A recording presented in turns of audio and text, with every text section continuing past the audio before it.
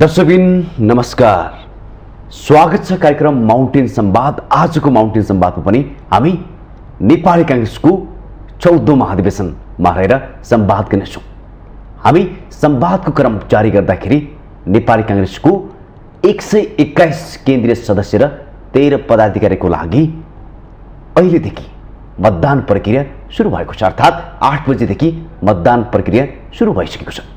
यसबारेमा पनि हामी तपाईहरुलाई प्रत्यक्ष रूपमा जानकारी गराउनेछौँ। को शीर्ष नेताहरू आइपुगे त मतदान स्थलमा र भिरकुटी मण्डप, नेपाल पुलिस क्लब र सभागृहमा 3 ठाउँबाट मतदान स्थल तोकिएको छ। त्यहाँबाट 121 केन्द्रीय सदस्य र 13 पदाधिकारीको लागि चुनाव अर्थात् मत खसालिनेछ र जसका लागि 496 जना उम्मेदवारको उम्मेदवारी परेको छ र जसमध्ये 121 केन्द्रीय सदस्य र 13 पदाधिकारी चयन हुनेछन् र यो रणभूमिमा यो प्रतिस्पर्धामा 496 जना होमिएका छन्। हिजो एक सभापति र एक सहमहामन्त्री लगायत 50 केन्द्रीय सदस्य र अन्य पद केन्द्रीय सदस्यमा चाहिँ उम्मेदवारी फिर्ता भएसँगै यो संख्या घटेको र यसपटकको यो 14औं महाधिवेशनले अब कस्तो किसिमको नेतृत्व चयन हुनुपर्छ, कि साँच्चीकै देशप्रति जवाबदेही नेतृत्व चयन हुने सम्भावना छ, देशप्रति जवाबदेही को र कसलाई जिताउनु पर्छ, आजको अवस्था के हो भन्ने सन्दर्भमा रहेर आज हामी विशेष संवाद गर्नेछौँ। र यसपटकको महाधिवेशन के साँच्चीकै युवा पुस्ता स्थापित हुने आधार छ या छैन, र जसरी महामन्त्रीमा जुन किसिमको युवाको चाङ देखिएको छ, कसले बाजी मार्न सक्छ, कसको प्यानलले जित्न सक्छ एकपटक र किन आवश्यक छ त्यो प्यानलले जित्नुपर्ने भन्ने संवादमा रहेर आज हामी विशेष संवाद गर्नेछौँ। संवादको लागि आज हामीसँग जोडिनु भएको छ युवा नेता, नेपाली कांग्रेसका युवा नेता पुष्पकुमार शाही र नेपाली कांग्रेसका नेता उमेशजङ राई। र उमेशजङ राई केही समयपछि हामी संवादको क्रममा जोड्नेछौँ भने अहिलेको लागि भने हामी युवा नेता, नेपाली कांग्रेसका युवा नेता पुष्पकुमार शाहीलाई यो संवादमा जोड्न चाहन्छु। तपाईलाई स्वागत छ।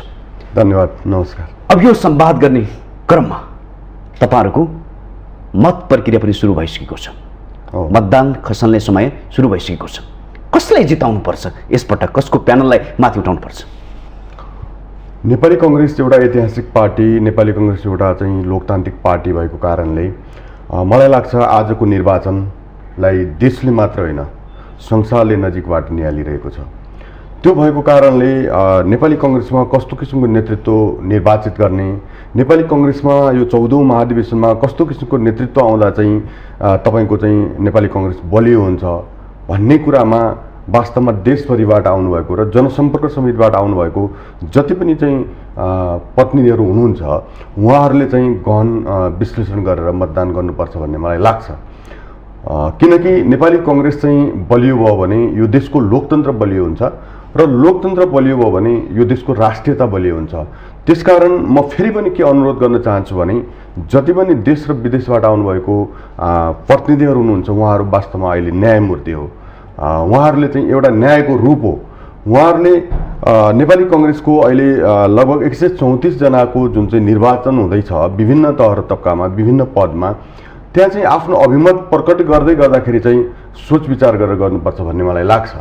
त्यो हुँदै गर्दाखेरि अहिलेको चाहिँ एउटा चाहिँ अनुभवले पोख्त भएको एउटा जिम्मेवार लामो समयसम्म चाहिँ नेपाली जनताको निमित्त त्याग गरेको, तपस्या गरेको, समर्पण गरेको, नेपाली कांग्रेसमा योगदान गरेको चाहिँ एउटा नेतृत्व अहिलेको सम्माननीय प्रधानमन्त्री शेरबहादुर देउबा भएको कारणले उहाँको प्यानललाई चाहिँ निर्वाचित हामीले गर्न सक्यौँ भने वास्तवमा जो हाम्रो सन्निकट 3 तहको निर्वाचन आउँदैछ त्यो निर्वाचनमा नेपाली कांग्रेसले चाहिँ एउटा उच्च मनोबलका साथ, आत्मविश्वासका साथ भोलि जनताको पक्षमा पनि केही गर्न सक्छु भन्ने चाहिँ योजनाका साथ नेपाली कांग्रेस जान सक्छ।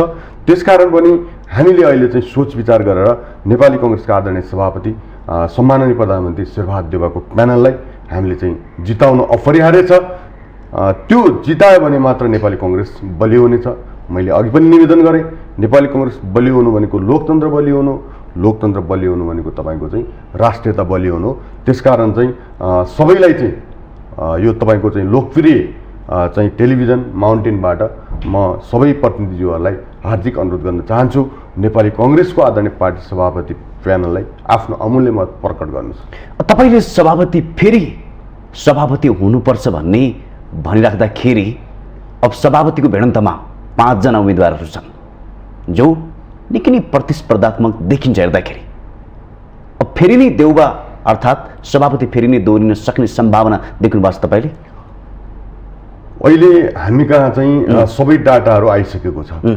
डाटा आउँदै गर्दाखेरि हामीले डाटाको स्वरूप लिँदै गर्दाखेरि हामीले गहन अध्ययन गरेका छौँ। नेपाली कङ्ग्रेसको आदरणीय पार्टी सभापतिको सचिवालयले गहन अध्ययन गरेर हामी चाहिँ पहिलो राउन्डमा तपाईँको चाहिँ जो विधान त 51% ल्याउनुपर्छ पार्टी सभापतिले, त्यो 51% पहिलो राउन्डमा नेपाली कङ्ग्रेसको आदरणीय पार्टी सभापति ल्याएर विजय हासिल गर्नुहुन्छ। तपाईँले भन्नुभयो अब 5 जना चाहिँ पार्टी सभापतिका जो उम्मेदवार आदरणीय उम्मेदवारहरू हुनुहुन्छ उहाँहरू चाहिँ एकदमै चाहिँ प्रतिस्पर्धामा हुनुहुन्छ भन्ने कुरासँग म सहमति राख्न सक्दैन, सहमत छैन।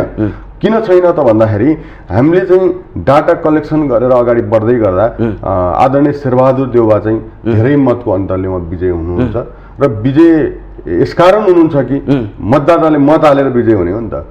जस्तो तपाईँको चाहिँ विभिन्न ठाउँमा चाहिँ प्रचार गरेर मिडियाबाजी गरेर अरू कुरा गरेर चाहिँ म बलियो छु भन्नुभन्दा पनि निर्वाचनका चाहिँ जो प्रतिनिधिहरू हुनुहुन्छ उहाँको आधार, उहाँको चाहिँ तपाईँको चाहिँ वास्तविकता सत्यता के हो त भन्ने कुरा चाहिँ हामीले बुझ्न जरुरी छ। र यदि हामीले चाहिँ गलत ठाउँमा चाहिँ मतदान गऱ्यौँ भने मलाई लाग्छ त्यो मतदान हाम्रा लागि पनि तपाईँको चाहिँ अभिशाप हुन सक्छ, पार्टीका लागि पनि तपाईँको चाहिँ अभिशाप हुन सक्छ, देशका लागि पनि अभिशाप हुन सक्छ, लोकतन्त्रका लागि पनि अभिशाप हुन सक्छ। त्यसकारण तपाईँहरूलाई म अनुरोध गर्न चाहन्छु, नेपाली कङ्ग्रेसका आदरणीय पार्टी सभापति शेरबहादुर देउवा अहिलेको निर्विकल्प दोस्रो पटक सभापति जित्दै हुनुहुन्छ, तपाईँहरू चाहिँ आफ्नो अभिमत प्रकट गर्नुहोस्। तपाईँले के पनि सोध्न चाह्यो भने तपाईँहरूलाई के आरोप लगाएका छन् भने तपाईँहरूको प्यानललाई भनौँ, यसरी बुझौँ, डाक्टर शेखर कोइराला जो सभापतिको उम्मेदवार पनि हुन्, उहाँले के भनेका छन् भने महाधिवेशन प्रतिनिधिहरूलाई तपाईँहरू चुनाव हुनुपर्छ, मेरा विरुद्धमा सभापति एवं प्रधानमन्त्री शेरबहादुर देउवाले जासुसी गरिरहेका छन्। यो आरोप हो कि निराधार हो? यो चाहिँ हास्यास्पद कुरा हो। अहिलेको अवस्थामा जासुसी गर्ने भने कि उहाँ के रको एजेन्ट हो, उहाँ के सिआईको एजेन्ट हो, उहाँ कुनै चाहिँ अरू चाहिँ के अरे अभियुक्त हो, के को चाहिँ तपाईँको चाहिँ के अरे ऊ गर्ने अनुसन्धान गर्ने उहाँप्रति के को चाहिँ ऊ गर्ने, त्यो भएको कारणले गर्दाखेरि त्यो चाहिँ वाहियात कुरा हो। त्यो चाहिँ त्यो पछाडि लाग्नुभन्दा पनि शेखर कोइराला चाहिँ एउटा कोइराला फ्यामिलीको व्यक्ति हो। उहाँ हिजो चाहिँ जागिर खाएर एउटा डाक्टरको रूपमा चाहिँ सेवा गरेर नेपाली जनताको अर्थात् बिरामीको सेवा गरेर उहाँ आउनुभएको हो। उहाँलाई सम्मान गर्नुपर्छ, हामी व्यक्तिगत रूपमा हार्दिक सम्मान पनि गर्न चाहन्छौँ। उहाँ एउटा अहिले नेताको रूपमा चाहिँ नेपाली कङ्ग्रेसको पार्टी सभापतिमा चाहिँ अहिले प्रतिस्पर्धीको रूपमा हुनुहुन्छ र उहाँको व्यक्तिगत जीवनको बारेमा आदरणीय पार्टी सभापतिले जासुसी गर्नुपर्ने, तहकिकात गर्नुपर्ने कुनै पनि कारण छैन। मात्र उहाँ एउटा चाहिँ अहिले प्रतिस्पर्धी हो। प्रतिस्पर्धी भएको कारणले अहिले 5 जना नेपाली कङ्ग्रेसका आदरणीय पार्टी सभापतिका उम्मेदवारहरू तपाईँको चाहिँ अहिले प्रतिस्पर्धामा हुनुहुन्छ।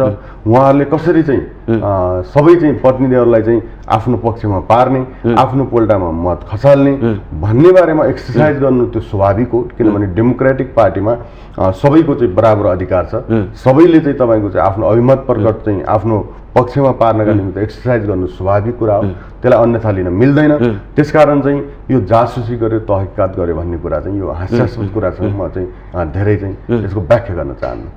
अब यो काङ्ग्रेसको इतिहास हेर्ने भने यसपटक धेरै आकाङ्क्षी सभापति देखेको यो सम्भवतः पहिलो पटक हो र यो यस किसिमको प्रतिस्पर्धा निस्किनुको कारण के छ भने बहस चल्यो भने सभापतिले आफ्नो कार्यकालमा राम्रो काम गर्न सकेन, त्यसकारण उहाँप्रति असन्तुष्ट जाहेरी गर्दै अब नयाँ अनुहार चाहिन्छ भनेरै यति उम्मेदवार पर्यो भन्ने गुनासोलाई तपाईँहरूले कसरी लिनु भएको छ, मनन गर्नु भएको छैन? होइन, यस्तो छ। अब पार्टी सभापतिले कति काम गर्यो गरेन भन्ने कुरो त तपाईँको चाहिँ प्रष्ट रूपमा हामीले देखेका छौँ। नेपाली कङ्ग्रेसको आदरणीय पार्टी सभापति भइसकेपछि उहाँले चाहिँ जुन सम्माननीय पूर्व प्रधानमन्त्री स्वर्गीय सुशील कोइरालाले देशलाई संविधान दिनुभयो, एउटा चाहिँ संविधानको पिताको रूपमा उहाँ स्थापित हुनुभयो, त्यो संविधानलाई पूर्णतया तपाईँको चाहिँ कार्यान्वयन गर्नका लागि त आदरणीय पार्टी सभापति शेरबहादुर दाइको काँधमा जिम्मेवारी थियो। त्यो जिम्मेवारीलाई तपाईँको उहाँले कुशलतापूर्वक निर्वाह गरे कि गरेन? हो, स्वाभाविक रूपमा चाहिँ तपाईँको चाहिँ पार्टीले हारेको, वास्तवमा चाहिँ 2074 सालको निर्वाचनमा नेपाली कङ्ग्रेसले पराजयको पीडा भोग्नु पर्यो। र त्योभन्दा पहिला पनि त गिरिजाप्रसाद कोइराला आदरणीय पार्टी सभापति हुँदै गर्दा 2064 सालमा पनि त नेपाली कङ्ग्रेसले हारेकै हो नि, तपाईँको चाहिँ 51 सालमा पनि त हारेकै हो नि। त्यसैले चाहिँ नेपाली कङ्ग्रेसको आफ्नो विगततिर फर्केर हेर्ने हो भने तपाईँ कहिले जितेको छ, कहिले हारेको छ, तर उसले चाहिँ प्र्याक्टिकल्ली तपाईँको टेक्निकल रूपमा चाहिँ जित्यो कि हार्यो त्यो मेजर कुरा होइन। नेपाली कङ्ग्रेसले तपाईँको चाहिँ के अरे एउटा सैद्धान्तिक रूपमा, एउटा वैचारिक रूपमा, एउटा एजेन्डागत रूपमा नेपाली कङ्ग्रेसले जितेको छ कि छैन भन्ने कुरो मेजर कुरा हो। हिजो द्वन्द्वकालमा चाहिँ तपाईँको चाहिँ बन्दुकको नालबाट चाहिँ के अरे चाहिँ राज्य सत्ता कब्जा गर्न सकिन्छ भनेर जङ्गल छिरेर 18-19 हजार चाहिँ नेपाली आमाका छोराछोरीहरू मर्दै गर्दा, मारिँदै गर्दा तपाईँको त्यो समूहलाई अहिलेको 21औं शताब्दीमा यो चाहिँ गलत हो, यसले चाहिँ के अरे निकास निस्किँदैन, यसले देशको विकास पनि हुँदैन, देशमा शान्ति पनि स्थापना हुँदैन भनेर नेपाली कङ्ग्रेसका आदरणीय तत्कालीन पार्टी सभापति पूर्व प्रधानमन्त्री गिरिजाप्रसाद कोइरालाले शान्ति प्रक्रियामा ल्याएको हो नि त माओवादीले। आज नेकपा माओवादी तपाईँको चाहिँ कङ्ग्रेसको एजेन्डामा छ कि छैन? कम्युनिस्ट भनेर चाहिँ तपाईँको चाहिँ साम्यवादका कुरा गर्ने त्यस्तो चाहिँ एउटा पार्टी नेकपा एमाले आज चाहिँ कङ्ग्रेसको एजेन्डामा छ कि छैन भन्न खोजेको चाहिँ संसदीय प्रणालीमा आएकै आएन। त्यो नेपाली कङ्ग्रेसले ठुलो चाहिँ उपलब्धि हासिल गरेको छ।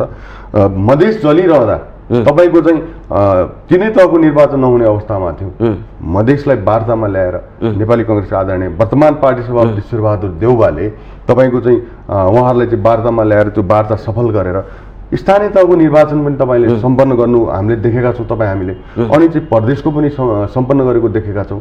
त्यसै गरेर चाहिँ केन्द्रको अर्थात् प्रतिनिधि सभाको पनि निर्वाचन सफलताका साथ सम्पन्न गरेको देखेका छौँ। त्यसकारण शेरबहादुर देउवाले कहाँनिर चाहिँ कमी कमजोरी गर्नु, स्वाभाविक रूपमा मान्छे हो, मान्छे भइसकेपछि काम गर्ने क्रममा केही कमी कमजोरी होलान्, छन् पनि, त्यो हामी स्वीकार्न पनि चाहन्छौँ। तर जुन रूपमा आरोप प्रत्यारोप चाहिँ पार्टी सभापति माथि चाहिँ तिर्साइएको छ त्यो निराधार छ, त्यो गलत छ, त्यो कपोकल्पित छ। त्यो मात्र के हो भने अर्कालाई चाहिँ अर्काको अन्त्येष्टिमा आफ्नो चाहिँ राजनीतिक भविष्य सुनिश्चित देख्न चाहने केही व्यक्तिहरू, केही तत्त्वहरूले त्यसलाई चाहिँ तपाईँको गुणात्मक रूपमा चाहिँ तिलको पहाड बनाएर चाहिँ उहाँहरू अगाडि बढ्नु भएको छ। वास्तवमा त्यो गलत छ। अहिलेको कम्पेरिजन गरौँ न त, 5 जना चाहिँ पार्टी सभापतिको उम्मेदवारलाई उहाँको शैक्षिक योग्यताको बारेमा कम्पेरिजन गरौँ, उहाँको देशप्रति र जनताप्रतिको त्याग र तपस्याको बारेमा चाहिँ कम्पेरिजन गरौँ, उहाँको चाहिँ एजुकेसनको बारेमा चाहिँ कम्पेरिजन गरौँ, उहाँको अहिलेसम्मको अनुभवको बारेमा कम्पेरिजन गरौँ। सबै कुराहरू कम्पेरिजन गर्दै गर्दा हामीले त राम्रो भन्दा पनि अझ राम्रोलाई दिने हो नि त। ल को छ ल भन्नुहोस्, म नाम लिन चाहन्न। 5 वटा पार्टी सभापतिमा उम्मेदवार जो प्रस्तुत गर्नुभएको छ उहाँहरूमा शेरबहादुर देउवासँग चाहिँ तुलना गर्न सक्ने योग्य उम्मेदवार को हो त? ल देशभित्र र देश बाहिरबाट जति पनि चाहिँ तपाईँको चाहिँ अहिले प्रतिनिधिहरू आउनुभएको छ जनसम्पर्क समितिबाट विभिन्न देशबाट, उहाँहरू त नेता हो नि, उहाँहरू कार्यकर्ता पनि होइन, उहाँहरू नेता हो, उहाँहरू भोलिको सांसद हो, उहाँहरू भोलिको तपाईँको चाहिँ के हो त भन्दाखेरि जो देशको मन्त्री हो, उहाँहरू पार्टीको विभिन्न तह तबकामा चाहिँ निर्वाचित हुने, पार्टी चलाउने उहाँहरू चाहिँ आदरणीय नेता हो। त्यसकारण उहाँहरूले चाहिँ आफ्नो कन्साइन्स प्रयोग गरेर उहाँहरूले भोलिको नेपाली 14औं महाधिवेशनपछिको चाहिँ नेपाली कङ्ग्रेस कस्तो हुने, नेपाली कङ्ग्रेस भोलि चाहिँ जनताले चाहेको नेपाली कङ्ग्रेस हुने कि नहुने, नेपाली कङ्ग्रेस चाहिँ जनताले सोचेको नेपाली कङ्ग्रेस हुने कि नहुने, नेपाली कङ्ग्रेस चाहिँ जनताले चाहिँ भोग्न सक्ने अर्थात् सहज रूपमा चाहिँ त्यो पार्टीभित्र अपनत्व स्वामित्व स्थापित गर्न सक्ने, आफ्नो सर्वोच्चता स्थापित गर्न सक्ने चाहिँ पार्टी हुने कि नहुने, त्यो मेजर कुरा हो। त्यसकारण त्यो पार्टीमा अपनत्व हुनका लागि, सर्वोच्चता स्थापित गर्नका लागि तपाईँको चाहिँ एउटा चाहिँ त्यो पार्टीभित्र चाहिँ हरेक चाहिँ कार्यकर्ताले चाहिँ त्यो अनुभव गर्न सक्ने पार्टी हामीले बनाउन सकेनौँ भने स्वाभाविक रूपमा पार्टी कमजोर हुन्छ। निकट भविष्यमै चाहिँ 3 तहको चाहिँ निर्वाचन आएको छ।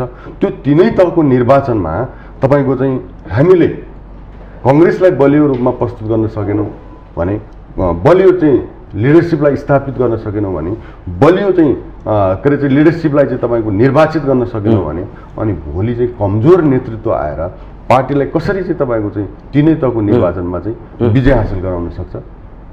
त्यसकारण म फेरि पनि अनुरोध गर्न चाहन्छु, तपाईँहरू अहिले न्यायमूर्ति हो, जति पनि प्रतिनिधिहरू आउनु भएको छ, तपाईँहरूले डिसिजन गर्दाखेरि सोच विचार गरेर गर्नुहोस्। तपाईँहरूले एकचोटि कन्फ्युजन छ भने छातीमा हात राखेर एकचोटि चाहिँ मनन गर्नुहोस्। अझ पनि कन्फ्युजन हुन्छ भने तपाईँ यो नेपाल आमाको चाहिँ जमिनमा जुन चाहिँ हामी टेकिरहेका छौँ त्यहाँबाट चाहिँ एकमुठी हातमा माटो लिएर तपाईँहरू एकचोटि मनन गर्नुहोस्, सोच्नुहोस्, तपाईँहरू गम्भीर हुनुहोस् र निर्णय गर्नुहोस्। यो पार्टीको सभापति कस्तो किसिमको हुनुपर्छ, यो पार्टीको सभापति तपाईँको चाहिँ भोलि नेतृत्व लिँदै गर्दा देशको नेतृत्व लिन सक्ने व्यक्ति छ कि छैन, तपाईँको चाहिँ के अरे यो संवादलाई हामी जारी राख्नेछौँ। तपाईँको चाहिँ के अरे आफू चाहिँ निरन्तर जागिर रिटायर अवस्थामा आएर अनि चाहिँ एउटा चाहिँ पार्टीमा राजनीति गर्नु भनेर नेतृत्व चाहिँ के अरे सक्षम हुन सक्छ, कुशल हुन सक्छ। 14 महाधिवेशन स्थलमा हाम्रा सहकर्मी साथीहरू हुन्छ, त्यस मतदान प्रक्रिया सुरु भयो कि भएन हामी त्यो बारे पनि तपाईँलाई जानकारी गराउँछौँ। फेरि यो संवादको क्रमलाई जोड्नेछौँ। दशैं पक्कै पनि नेपाली काङ्ग्रेसको 14औं महाधिवेशनको चुनावी प्रक्रिया 8 बजेदेखि सुरु हुने भनिएको थियो, सुरु भयो कि भएन यो बारेमा तपाईँहरूलाई चाहिँ जानकारी गराउनको लागि हामी अब भने नेपाली काङ्ग्रेस 14औं महाधिवेशनको मतदान स्थलतिर जाँदैछौँ, जहाँ हाम्रा सहकर्मी साथी बटुकराज गिरी हुनुहुन्छ। उहाँसँग हामी त्यहाँको बारेमा जानकारी गराउन गइरहेका छौँ। बटुकजी,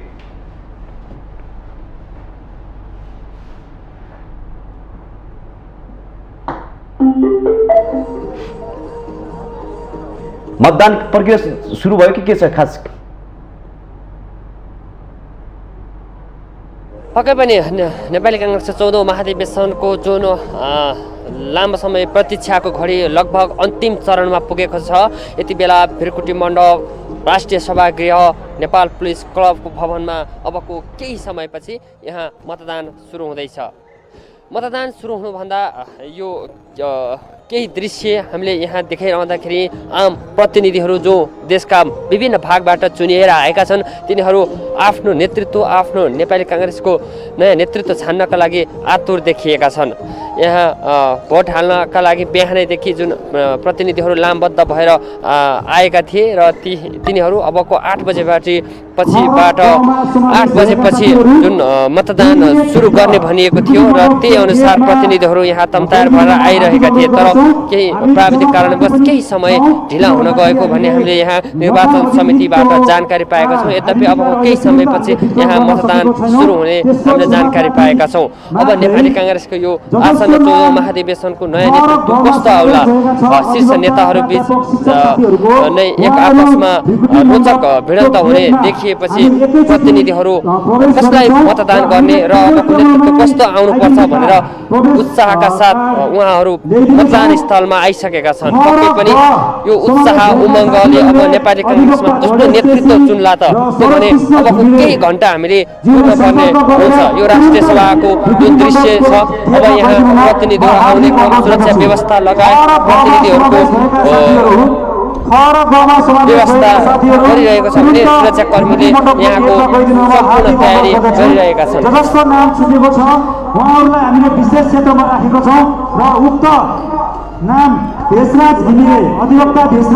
करिब 4700 भन्दा बढी मतदाताहरूले यहाँ मतदान गरिरहँदाखेरि अबको नेतृत्व यो जुन मतदाता गर्दाखेरि केही समय लाग्यो। एकजना मतदातालाई लगभग 40 देखि 50 मिनटसम्म लाग्ने मतदान गर्न समय लाग्ने आकलन गरेको छ। यस कारणले गर्दा पनि अब केही मतदान केही समय लम्बिने देखिन्छ।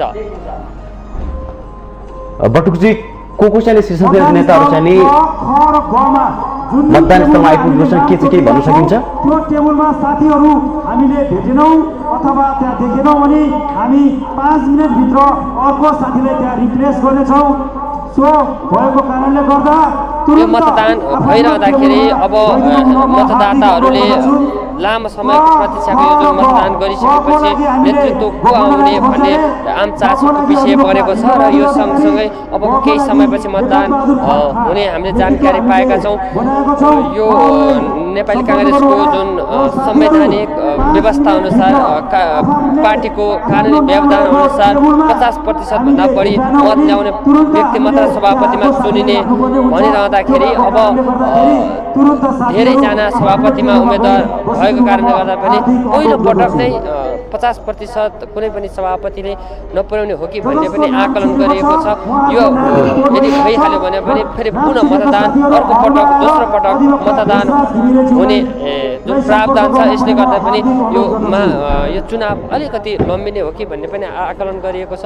यहाँ 4700 जना भन्दा बढी मतदाताले भोट गर्नका लागि सम्पूर्ण कार्य जस्तो मतदान स्थलदेखि लिएर गएर मतपेटिकादेखि लिएर गएर सुरक्षा व्यवस्थादेखि लिएर गएर सबै तयारी लगभग अन्तिम चरणमा पुगिसकेको छ र अब केही समयभित्र यहाँ मतदान सुरु हुने हामीले यहाँ जानकारी पाएका छौँ। बटुकजी, मतदान स्थलमा शीर्ष नेताहरू पुगेन को आउनु भएको छ, के छ खास जानकारी? शीर्ष नेताहरू जुन मतदान स्थलमा अहिले आएका छैनन्, किनभने उहाँहरू भित्रै आन्तरिक व्यवस्थापन होला, आन्तरिक छलफल होला। त्यस कारणले गर्दा पनि यहाँ यो मतदान स्थलसम्म अहिले शीर्ष नेताहरू पदाधिकारीहरू यहाँ मतदान स्थलमा आएको देखिँदैन। तर मतदान स्थलमा जुन प्रतिनिधिहरू हुन्छ देशका विभिन्न भागबाट यहाँ जुन मतदान गर्न आउनुभएको छ उहाँहरू भने आइसक्नु भएको छ। तर शीर्ष नेताहरू पनि केही समयपछि यहाँ आएर मतदान गर्ने कार्यतालिका देखिन्छ। तपाईँलाई मैले के पनि सोध्नु चाहेँ भने तपाईँले अझै पनि मतदान सुरु भएको छैन भन्ने कुरा तपाईँले भनिराख्दाखेरि कति समयपछि नै मतदान सुरु हुने भन्ने कुरा केही जानकारीमा आएको छ, के छ? त्यो कुनै कारणवश कुनै ठुलो कारणवश यो मतदान हुन नसकेको भन्ने चाहिँ होइन। तर यद्यपि यहाँ अझै व्यवस्थापन अलिकति मतदान स्थल लगायत यहाँ पदाधिकारीहरू को कहाँ र कसले कहाँ गएर भोट हाले जस्तो भिरकुटे मण्डप, राष्ट्रिय सभागृह, नेपाल पुलिस क्लब लगायत स्थानमा भोटिङ स्थल भएका कारणले गर्दा पनि अब यो व्यक्ति यस्तो ठाउँमा गएर चाहिँ भोट हाल्ने भन्ने जुन बुझाउनका लागि पनि केही समय लागेको भन्ने हामीले जानकारी पाएका छौँ र अबको केही समयपछि लगभग मतदान कार्य सुरु हुन्छ भन्ने हामीले यहाँ मतदान अधिकृतबाट पनि हामीले जानकारी पाएका छौँ। हस् बटुकजी, यो जानकारीको लागि धेरै धेरै धन्यवाद।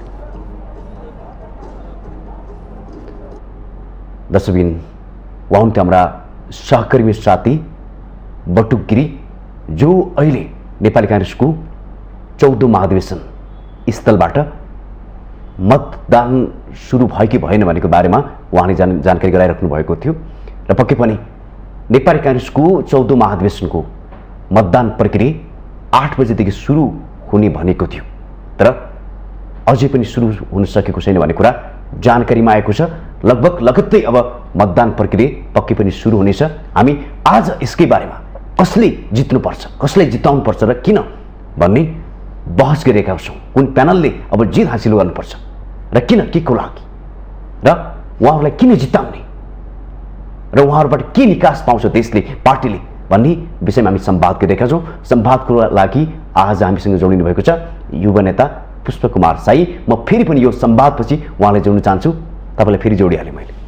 पुष्पजी, अब यो तपाईँले सभागृहको अर्थात् 14औं महाधिवेशनको स्थलबाट जुन किसिमको संवाद तपाईँले पनि सुनिसक्नुभयो, अझै पनि मतदान प्रक्रिया सुरु भएको छैन। तपाईँले मैले के प्रश्न गर्न चाहेँ भने सभापति शेरबहादुर देउवालाई के आरोप पनि लागेको छ भने उहाँले मन पगाल्ने तरास देखायो, अर्थात् भावनात्मक तरास देखायो। यदि म हारेँ भने फेरि मलाई हारेको प्रधानमन्त्री भन्छन् र हामीबाट सरकार खोसिन्छ, हामी चुनाव पनि हार्छौँ भनेर चाहिँ उहाँले यसरी भोट माग्नुभयो भन्ने कुरा तपाईँहरूलाई आरोप लागेको छ। अब हेर्नुहोस्, यो प्रतिस्पर्धामा तपाईँको चाहिँ कसले के आरोप लाग्यो त्यो मेजर कुरा होइन। उहाँले भन्नुभएको कुरा वास्तवमा सत्य हो। त्यो किन सत्य हो त भन्दाखेरि एउटा पार्टीको चाहिँ अहिले करेन्ट चाहिँ सभापति हुनुहुन्छ र उहाँले चाहिँ देशलाई सञ्चालन गरिराख्नु भएको छ, देशको कार्यकारी पदमा आसीन हुनुहुन्छ। त्यो भएको कारणले गर्दाखेरि चाहिँ मलाई के लाग्छ भने उहाँले चाहिँ पहिलो कुरो त निर्वाचन हार्नुहुन्न, अपवाद भन्ने कुरा हुन्छ कहिलेकाहीँ नेपालीमा। अपवाद हुँदै गर्दाखेरि वास्तवमा चाहिँ पार्टीको नेतृत्व गरेर देशको नेतृत्व गरिरहेको मान्छे पार्टीमा कहीँ कतै चाहिँ त्यस्तो अवस्था सिर्जना भयो भने वास्तवमा त्यो चाहिँ पार्टीका लागि, लोकतन्त्रका लागि र समाजका लागि र देशका लागि वास्तवमा त्यो चाहिँ एउटा चाहिँ त्यति राम्रो पक्ष हो जस्तो मलाई लाग्दैन। त्यसकारण चाहिँ अहिलेको पार्टीको नेतृत्व लिएको पार्टी सभापति अहिले पार्टीभित्र चाहिँ प्रतिस्पर्धामा हुनुहुन्छ सभापतिको, त्यसमा चाहिँ नेपाली कङ्ग्रेसका आदरणीय पार्टी सभापति निर्वाचित हुनुहुनेछ। उहाँले निर्वाचित भएको पार्टी सभापति भोलि चाहिँ फेरि निर्वाचनमा जाँदै गर्दाखेरि, प्रधानमन्त्रीको हैसियतले निर्वाचनमा जाँदै गर्दाखेरि देशभरिका जनतालाई पनि एउटा आश्वासन दिन सकिन्छ। देशभरिका जनताको बिचमा चाहिँ नेपाली कङ्ग्रेसका चाहिँ तमाम चाहिँ लाखौँ चाहिँ कार्यकर्ताहरू उच्च मनोबलका साथ आफ्ना कुराहरू सम्प्रेषित गर्न सक्छन्। आफ्ना घोषणापत्रहरू चाहिँ तपाईँको चाहिँ जनताको बिचमा लिएर तपाईँको चाहिँ के अरे चाहिँ छलफलको रूपमा अगाडि बढ्न सक्छन्। त्यसैले उच्च मनोबलका साथ चाहिँ भोलि कार्यकर्ताहरू देशभरिका चाहिँ जनताको बिचमा जानका लागि पनि मलाई लाग्छ नेपाली कङ्ग्रेसको आदरणीय पार्टी सभापति शेरबहादुर देउवाले यो 14औं चाहिँ अधिवेशनमा अर्थात् महाधिवेशनमा निर्वाचित हुनैपर्छ। त्यसैले अब आरोप भन्ने कुरा त मान्छे एउटा चाहिँ अगाडि बढिसकेपछि कुनै पनि लक्ष्य प्राप्तिको लागि तपाईँ जुनसुकै क्षेत्रमा अगाडि बढ्नुहोस्, त्यहाँ क्रिया हुन्छ, क्रिया भइसकेपछि त प्रतिक्रिया आउँछ, त्यसलाई चाहिँ अन्यथा लिन मिल्दैन। तपाईँले पहिलो राउन्डमा नै सभापति देउवाले फेरि पनि यो महाधिवेशन जित्नुहुन्छ, चुनाव जित्नुहुन्छ भनिराख्दाखेरि अरूले के भनिरहेका छन् भने देउवाले आफ्नो टिमलाई सन्तुष्ट गर्न सकेको छैन। गृहमन्त्री बालकृष्ण खाँड, ज्ञानेन्द्र बहादुर कार्की, एनपी साउद लगायत धेरै नेताहरू असन्तुष्ट देखिएका छन्, जसलाई देउवाले मिलाउन सकेन। र युवामा निकै नै लोकप्रिय विश्वप्रसाद शर्मा आज तपाईँहरूको विरुद्धमा नै उठ्नु भएको छ। तपाईँलाई कतिको सहज छ भने यसो अवस्थामा? यसमा स्वाभाविक रूपमा चाहिँ एउटा ठुलो पार्टी नेपाली कङ्ग्रेस, त्यसमा पनि तपाईँको चाहिँ संस्थापन पक्ष भनेको त्यसै पनि बलियो पक्ष हुन्छ, अर्थात् ठुलो पक्ष हुन्छ। बलियो पक्ष ठुलो पक्ष नभएर त्यो संस्थापन पक्ष हुँदैन। त्यो पहिलो कुरो त्यसरी बुझ्न जरुरी छ। र दोस्रो कुरो तपाईँको चाहिँ जस्तो आदरणीय नेताहरू, स्वाभाविक रूपमा धेरै चाहिँ अग्रज नेताहरू, लामो समयसम्म पार्टीमा समर्पित भएका, कन्ट्रिब्युसन गरेका आदरणीय नेताहरूले चाहिँ उपसभापतिमा, पार्टीको महामन्त्रीमा, सहमहामन्त्रीमा अथवा अन्य पदहरूमा उहाँहरूको आकाङ्क्षा राख्नु, उहाँहरूले चाहिँ एउटा दाबी गर्नु, त्यो स्वाभाविक हो। उहाँहरूको लागि चाहिँ के अरे उपयुक्त ठाउँ पनि हो त्यो।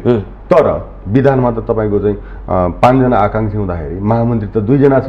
विधानमा तपाईँको चाहिँ 10 जना चाहिँ उपसभापतिको आकाङ्क्षी हुँदै गर्दाखेरि के अरे चाहिँ पद त तपाईँको चाहिँ उपसभापतिको 2 जनाको छ। त्यसै गरेर चाहिँ सहमहामन्त्रीमा चाहिँ आरक्षणहरू छ, होइन, 8-9 वटा छ। त्यो भएको कारणले गर्दाखेरि चाहिँ चाहेर पनि आदरणीय पार्टी सभापतिले उहाँहरूलाई चाहिँ अरू पदाधिकारी पद दिन सक्नु भएन। त्यो सत्य कुरा हो, त्यो जगजाहेर छ। र अब कुरा के उठ्यो त भन्दाखेरि तपाईँको चाहिँ विश्वप्रकाश तपाईँहरू राख्न सक्नु भएन, हटाउन सक्नु भएन। अब तपाईँ कुरा के उठ्यो त भन्दाखेरि उहाँहरू रुष्ट हुनुहुन्छ। हो, विश्वप्रकाश त रुष्ट हुनुभयो, उहाँ चाहिँ अर्को उसमा प्यानलमा जानुभयो। तर बालकृष्ण खाँड लगायत, ज्ञानेन्द्र कार्की लगायत आदरणीय नेताहरू, एनपी साउद, रमेश लेखक दाईहरू आज पनि त त्यही उसमा चाहिँ केन्द्रीय सदस्यमा चुनाव चाहिँ प्रतिस्पर्धा गर्दै हुनुहुन्छ। त्यसैले उहाँहरू रुष्ट हुनुहुन्न, इच्छा राख्नु भएको थियो। पछि चाहिँ पार्टी सभापतिले चाहिँ टिकट डिस्ट्रिब्युट गर्दै गर्दाखेरि, प्यानल बनाउँदै गर्दाखेरि उहाँहरू त्यो ठाउँमा पर्न सक्नु भएन। त्यो नभएका कारणले गर्दाखेरि उहाँहरू अहिले चाहिँ रुष्ट हुनुहुन्न। उहाँहरू शेरबहादुर देउवालाई नै सभापति बनाउने उद्देश्यका साथ मन, वचन र कर्मले समर्पित भएर तपाईँको चाहिँ अगाडि बढिसक्नु भएको छ। त्यसकारण अब विश्वप्रकाश दाई लगायत थुप्रै चाहिँ अग्रज नेताहरू हुनुहुन्छ, होइन, एउटा लोकप्रियता कमाएका नेताहरू हुनुहुन्छ, एउटा क्षमताले भरिपूर्ण चाहिँ नेताहरू पनि हुनुहुन्छ, जस्तो गगन कुमार थापा, प्रदीप पौडेल, विश्वप्रकाश शर्मा, होइन, लगायत कतिपय आदरणीय नेताहरू हुनुहुन्छ, नयनसिंह महर पनि हुनुहुन्छ। उहाँहरूलाई चाहिँ तपाईँको चाहिँ म्यानेजमेन्ट गर्दै गर्दा कतिपयलाई चाहिँ अब चाहेर पनि राख्न सकेन, इच्छा मात्र भएर भएन। तपाईँको चाहिँ विधानले पनि त्यो चाहिँ ठाउँ दिनु पर्यो। त्यो भएको कारणले म्यानेजमेन्ट वास्तवमा ठुलो ग्रुप भएका कारणले गर्न नसकेको र जो चाहिँ नसकेका चाहिँ नेताहरू हुनुहुन्छ उहाँहरू अर्को ठाउँमा सिफ्ट भएर केन्द्रीय सदस्यमा लड्दै हुनुहुन्छ।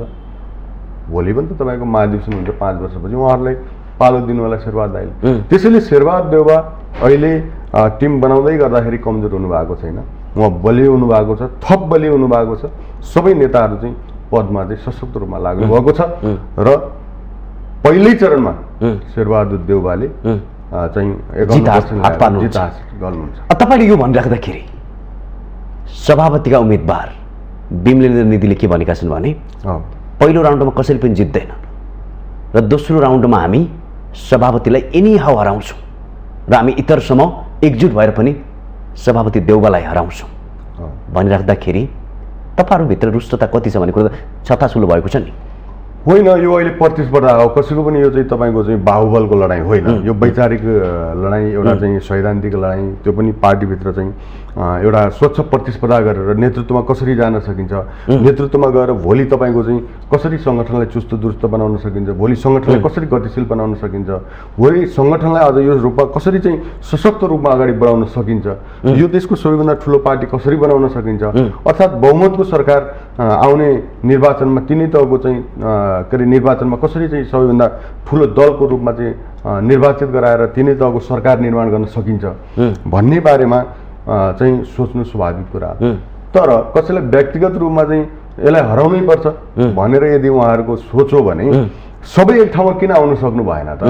यदि उहाँहरूले तपाईँको चाहिँ के अरे शेरबहादुर देउवाले गल्ती गरेको भन्ने उहाँलाई लाग्छ भने अनि उहाँहरूलाई चाहिँ पदभन्दा ठुलो सङ्गठन हो भन्ने लाग्छ भने, उहाँलाई पदभन्दा ठुलो चाहिँ लोकतन्त्र हो भन्ने लाग्छ भने, राष्ट्रियता हो भन्ने लाग्छ भने, कङ्ग्रेस चाहिँ शेरबहादुर देउवाले चाहिँ कमजोरै गर्नुभयो भने यदि उहाँलाई लागेको छ भने उहाँहरूलाई जो अहिले चाहिँ सभापतिका अन्य आकाङ्क्षीहरू हुनुहुन्छ उहाँहरू चाहिँ एक ठाउँमा आएर एउटा नेतृत्व किन दिन सक्नु भएन?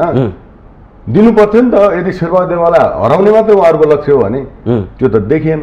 मतलब मनमा होला हराउने, मैले अहिले यो देशको प्रधानमन्त्री बन्छु भनेर मनमा राखेर हुन्छ र भने मैले त्यही अनुसारको लगानी गर्नु पर्यो। लगानी भनेको निरन्तरता हुनु पर्यो, धैर्यता हुनु पर्यो, आत्मविश्वास हुनु पर्यो, समर्पण हुनु पर्यो, होइन?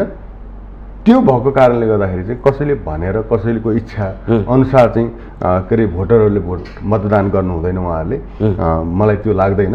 र एक ठाउँमा आउन नसक्ने चाहिँ आदरणीय नेताहरू, पार्टी सभापतिका अन्य उम्मेदवारहरूलाई म अनुरोध गर्न चाहन्छु, तपाईँहरू अहिले पनि यदि चाहिँ शेरबहादुर देउवालाई हराउने उद्देश्य हो भने तपाईँहरू चाहिँ आउनुहोस्, एक ठाउँमा आउनुहोस्, एउटै सभापति दिनुहोस्, तर पनि शेरबहादुर दाइले पहिल्यै राउन्डमा जित्नुहुन्छ। तपाईँ सेकेन्ड राउन्डको कुरै नगर्नु न, अहिले आउनु न। तपाईँहरू एकजनालाई 4 जना एक ठाउँमा आउनुहोस्, शेरबहादुर देउवा एक ठाउँबाट चाहिँ उम्मेदवार हुनुहुन्छ, 4 ठाउँमा तपाईँहरू आएर प्रतिस्पर्धा गर्नुहोस्, मिटब्याक गर्नुहोस् न।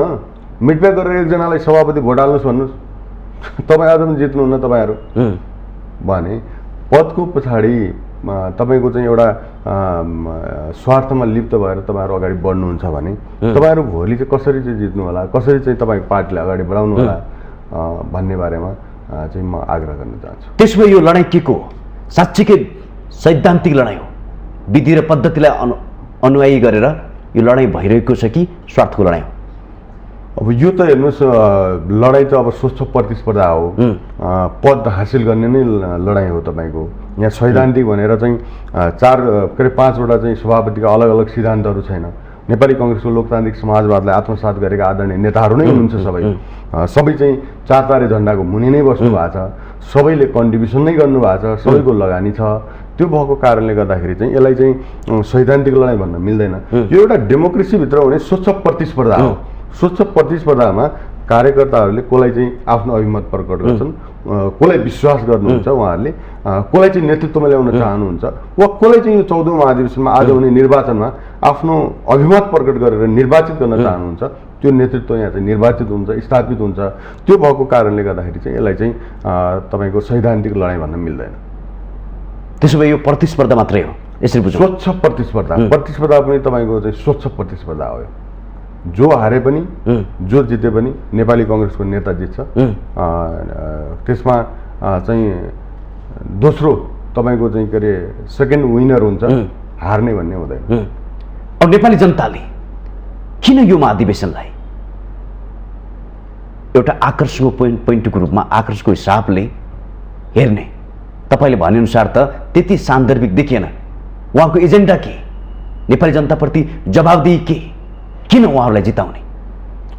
अब यसमा नेपाली कङ्ग्रेसले आफ्नो घोषणापत्र तपाईँको चाहिँ निर्वाचनमा चाहिँ के अरे घोषणा गर्नेछ, तिनै तहको निर्वाचनमा। र योभन्दा पहिला पनि घोषणापत्रहरू चाहिँ के अरे जारी गरेको छ पार्टीले। त्यो भएकै कारणले गर्दाखेरि चाहिँ अब जनताहरू, देशभरिका जनताहरू र देश बाहिर रहनुभएका जति पनि नेपाली दिदीबहिनी दाजुभाइहरू हुनुहुन्छ उहाँहरू एकदमै उत्सुकताका साथ, एकदमै चासोको साथ यो अधिवेशनलाई नजिकबाट उहाँहरू निहालिराख्नु भएको छ, हेरिराख्नु भएको छ। के हुन्छ, कस्तो किसिमको नेतृत्व आउँछ, भन्ने बारेमा उहाँहरू एकदमै चाहिँ कौतूहलताका रूपमा अगाडि बढिराख्नु भएको छ र त्यो हुँदै गर्दाखेरि तपाईँको चाहिँ अब यो बिचमा नेतृत्व चाहिँ निर्वाचित गर्दै गर्दा उसका एजेन्डाहरू त स्वाभाविक हुनु पर्यो।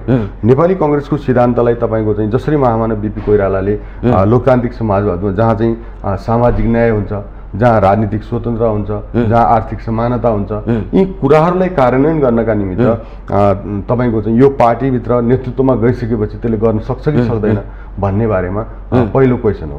त्यसकारण यसलाई कार्यान्वयन गर्ने भन्ने कुरा चाहिँ के हो त भन्दाखेरि तपाईँको चाहिँ म के थपिहाल्छु, कार्यान्वयन गर्ने भन्ने कुरा चाहिँ कसैले गर्न सक्छ भने त्यो शेरबहादुर देउवाले गर्न सक्छ। किनभने यहाँ चाहिँ तपाईँको चाहिँ पुस्ता रूपान्तरणका कुराहरू पनि आएका छन्। म केही कुराहरू थपौँ। पुस्ता रूपान्तरणका कुरा गर्ने अनि आफू चाहिँ आफ्नै पुस्ताको विरुद्धमा लाग्ने अनि त्यो पनि काहीँ पुस्ता रूपान्तरण हुन्छ। अनि डेमोक्रेसीमा काहीँ पुस्ता रूपान्तरणको कुरा हुन्छ। डेमोक्रेसीमा त तपाईँको चाहिँ जो योग्य छ, जो क्षमतावान छ, जसलाई चाहिँ कार्यकर्ताहरूले चाहिँ तपाईँको चाहिँ त्यसलाई चाहिँ राम्रो माने अर्थात् लायक छ, उनीहरूलाई चित्त बुझाउन सक्ने चाहिँ नेतृत्व छ, कार्यकर्ताप्रति उत्तरदायी हुने व्यक्तित्व छ, त्यस्तो व्यक्तित्वलाई उहाँहरूले चाहिँ निर्वाचित गर्नुहुन्छ। त्यो चाहिँ तपाईँको 90 वर्षको होस् वा 25 वर्षको होस्, जोसुकै होस्। मैले त के भन्ने गरेको छु भने त्यो सँगसँगै तपाईँको चाहिँ एउटा चाहिँ के अरे अग्रजहरूको चाहिँ अनुभवलाई हामीले लिनुपर्छ। अर्को चाहिँ युवाहरूको जोस र जाँगरलाई सम्मिश्रण गरेर हामी अगाडि जान सक्यो भने तपाईँको चाहिँ के हुन्छ त भन्दाखेरि पार्टीले चाहिँ पार्टीमा चाहिँ आमूल परिवर्तन हुन सक्छ। अब त्यो अग्रजहरूको मात्रै वर्चस्व कायम हुने वा अग्रजहरूलाई चाहिँ निषेध गरेर चाहिँ युवाहरूको मात्र वर्चस्व कायम हुने, त्यो यदि बाटोमा हामी गयौँ भने पार्टी जीवन्त हुन सक्दैन, पार्टी सुसङ्गठित हुन सक्दैन, पार्टी गतिशील हुन सक्दैन। त्यसकारण चाहिँ मलाई लाग्छ दुईटै जेनेरेसनको चाहिँ अर्थात् अहिले त 3 पुस्ता आएको छन् तपाईँको चाहिँ महादेश प्रविधि, त्यसलाई चाहिँ मिलाएर लैजानुपर्छ। सम्मिश्रण गरेर अगाडि बढ्न सक्यो भने पार्टी चाहिँ एउटा बलियो रूपमा चाहिँ स्थापित हुन सक्छ। मैले अघि पनि तपाईँलाई सोधेँ किन यो चासोको रूपमा हेर्ने भनिराख्दाखेरि हिजो अस्ति के दृश्य देखियो भने हजुर सिद्धान्तको आधारमा प्रचारभन्दा पनि भावनात्मक प्रचार बढी देखियो। निधि भन्दै हुन्थ्यो पहिलो राउन्डमा जित्दैन कसैले पनि, 50%भन्दा माथि कसैले पनि ल्याउँदैन, फेरि चुनाव हुन्छ। यो सम्भवतः भन्न नहुने कुरा थियो, उहाँले भनिराख्नु भएको थियो। त्यसै गरी डाक्टर शेखर कोइराला अर्का उम्मेदवार, उहाँले भनिराख्नु भएको थियो मेरो विरुद्धमा सभापति लागि परिराख्नु भएको छ र सभापतिले के भन्दै हुनुहुन्थ्यो, यदि म हारेँ भने फेरि सरकार गुम्छ, उहाँको त्यो भाषण थियो। कसैले विरासतको कुरा गरिराख्नु भएको थियो, कसैले यसो गरे त्यो गरे। उहाँहरूको सिद्धान्त कि उहाँहरूलाई किन जिताउने कसैले पनि स्पष्ट रूपमा आफूलाई उभ्याउन सकेन। त्यो प्रष्ट रूपमा छ तपाईँको चाहिँ यो पार्टीभित्रको निर्वाचन प्रचार प्रसारमा त्यो देखिएन नि, पार्टी भावनात्मक बढी देखियो। त्यसलाई अन्यथा लिन मिल्दैन। पार्टीभित्रको आन्तरिक निर्वाचन भएको कारणले गर्दाखेरि यो सैद्धान्तिक चाहिँ निर्वाचन होइन। सैद्धान्तिक निर्वाचन त त्यतिखेर हुन्छ जो चाहिँ सिद्धान्त फरक फरक चाहिँ पार्टीको बिचमा बहुलवादमा आधारित तपाईहरुको एजेन्डा के देशप्रति के जनताले के पाउँछ त? निर्वाचन हुँदै गर्दाखेरि आम निर्वाचन हुँदै गर्दा तपाईको प्रदेशको निर्वाचन हुँदै गर्दा र स्थानीय तहको निर्वाचन हुँदै गर्दाखेरि त्यहाँ सैद्धान्तिक चाहिँ निर्वाचनमा प्रतिस्पर्धा हुन्छ। तर यो एउटै सिद्धान्तभित्र एउटै चाहिँ छातामुनि बसेका आदरणीय अग्र नेताहरू हुनुहुन्छ, उहाँहरू प्रतिस्पर्धा गर्दै हुनुहुन्छ। त्यसकारण आफ्ना एजेन्डाहरू पार्टीलाई कसरी सशक्त बनाउने, पार्टीलाई कसरी तपाईको चाहिँ अझ योभन्दा चाहिँ बलियो बनाउने, पार्टीभित्र चाहिँ तपाईको चाहिँ गुण र दोषको आधारमा चाहिँ पुरस्कार र दण्डको व्यवस्था गर्ने, यी यावत कुराहरूलाई चाहिँ अगाडि बढाएर नेतृत्व चाहिँ कार्यकर्ताहरूको बिचमा अर्थात् मतदाताको बिचमा जाने हो। त्यसलाई चाहिँ सैद्धान्तिक रूपमा त्यो लिनै मिल्दैन। यो एउटै सिद्धान्तभित्र रहेका चाहिँ पार्टीका नेताहरू चाहिँ निर्वाचनमा हुनुहुन्छ।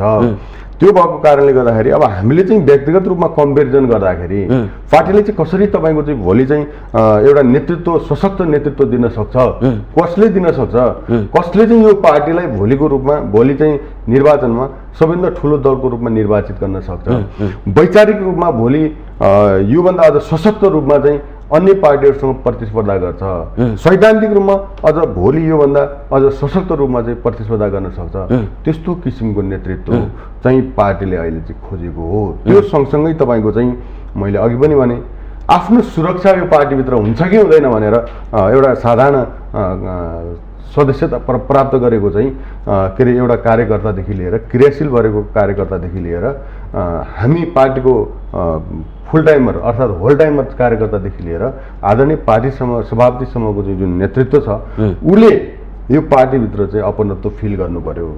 मेरो पनि यहाँ चाहिँ सेयरिङ छ है, मैले पनि यो भित्र चाहिँ काम गर्दै गर्दा मेरो पनि भविष्य उज्जवल छ मैले यो भित्र काम गर्दै गर्दा भोलि मेरो पनि चाहिँ मैले अगाडि बढ्न सक्ने बाटो राजमार्ग खुला छ भनेर चाहिँ उसले सोच्नु पर्यो। त्यो सोच्न सक्ने वातावरण बनाउने नेतृत्व, त्यही हो एजेन्डा भनेको। तपाईँको चाहिँ एजेन्डा भनेको यो पार्टीलाई अझ 10 लाख चाहिँ क्रियाशीलबाट चाहिँ कसरी चाहिँ तपाईँको 50 लाख चाहिँ क्रियाशील बनाउन सकिन्छ, भोलि बहुमतको सरकार कसरी बनाउन सकिन्छ यो देशमा, बहुमतको सरकार मार्फत नेपाली कांग्रेसको जुन घोषणापत्रमा भएका एजेन्डाहरू छन् ती एजेन्डाहरूलाई चाहिँ कसरी जनताको बीचमा चाहिँ कार्यान्वयन गर्न सकिन्छ, यस्तै यस्तै कुराहरू चाहिँ एजेन्डाको रूपमा अहिले आएका छन्। अब व्यक्तिगत रूपमा आक्षेप लगाउने कुरा, व्यक्तिगत रूपमा चाहिँ फलानु यस्तो ऊ यस्तो भन्ने कुरा त त्यो त नितान्त चाहिँ एउटा चाहिँ व्यक्तिको त्यो स्वभावप्रति स्वभावका कुराहरू हुन्, त्यसलाई अन्यथा लिन मिल्दैन।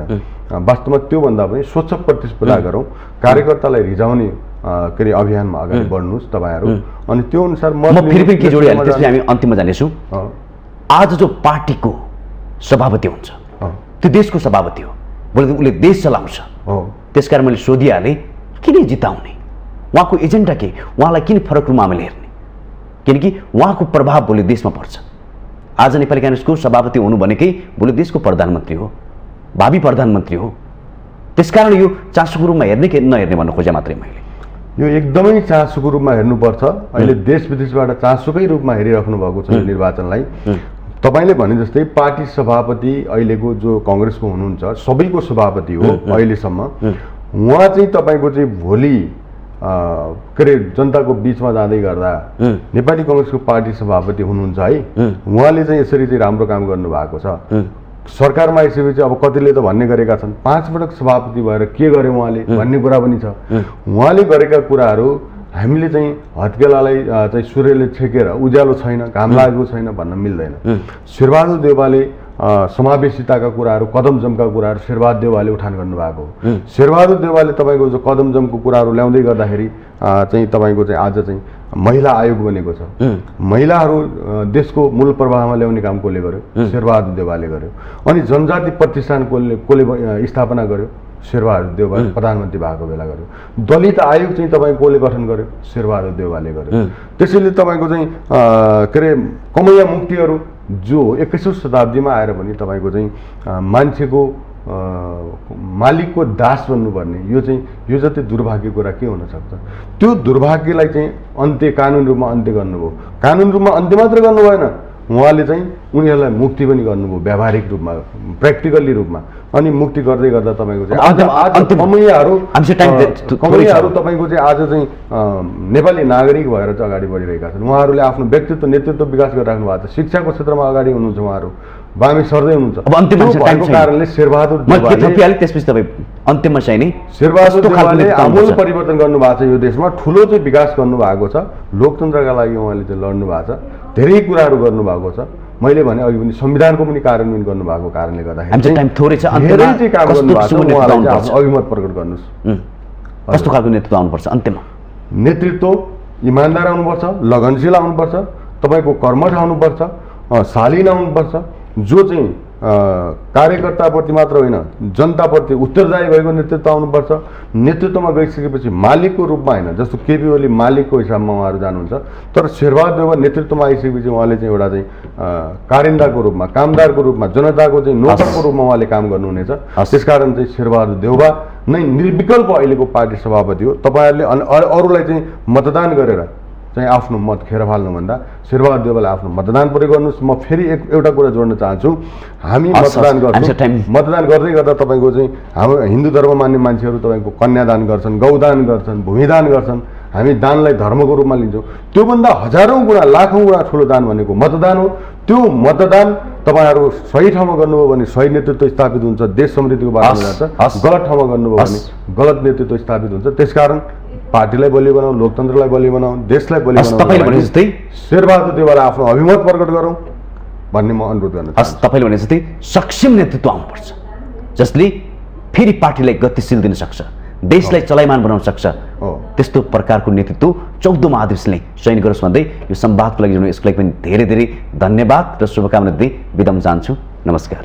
धन्यवाद खगेनजी, जुन अवसर प्रदान गर्नुभयो तपाईँ र यो टेक्निकल टिम अनि त्यसै गरेर चाहिँ माउन्टेन टेलिभिजनलाई हार्दिक धन्यवाद व्यक्त गर्न चाहन्छु, जसले चाहिँ तपाईँको चाहिँ मेरो चाहिँ कुराहरू सुनिदिनु भएको छ। उहाँहरू सबैलाई चाहिँ हार्दिक आभार सहित धन्यवाद व्यक्त गर्न चाहन्छु। जय नेपाल। हस्, पक्कै पनि दर्शकबिन, नेपाली काङ्ग्रेसको अझै पनि मतदान प्रक्रिया सुरु हुन सकेको छैन र यो मतदान प्रक्रियाले सही असल सक्षम व्यक्तित्वलाई चयन गर्नेछ र 14औं महाधिवेशन पक्कै पनि सही नेतृत्वको लागि हुनेछ भन्दै आजको यो संवादबाट म कार्यक्रम सञ्चालक खगेन्द्र विष्ट बिदा हुन चाहन्छु। नमस्कार।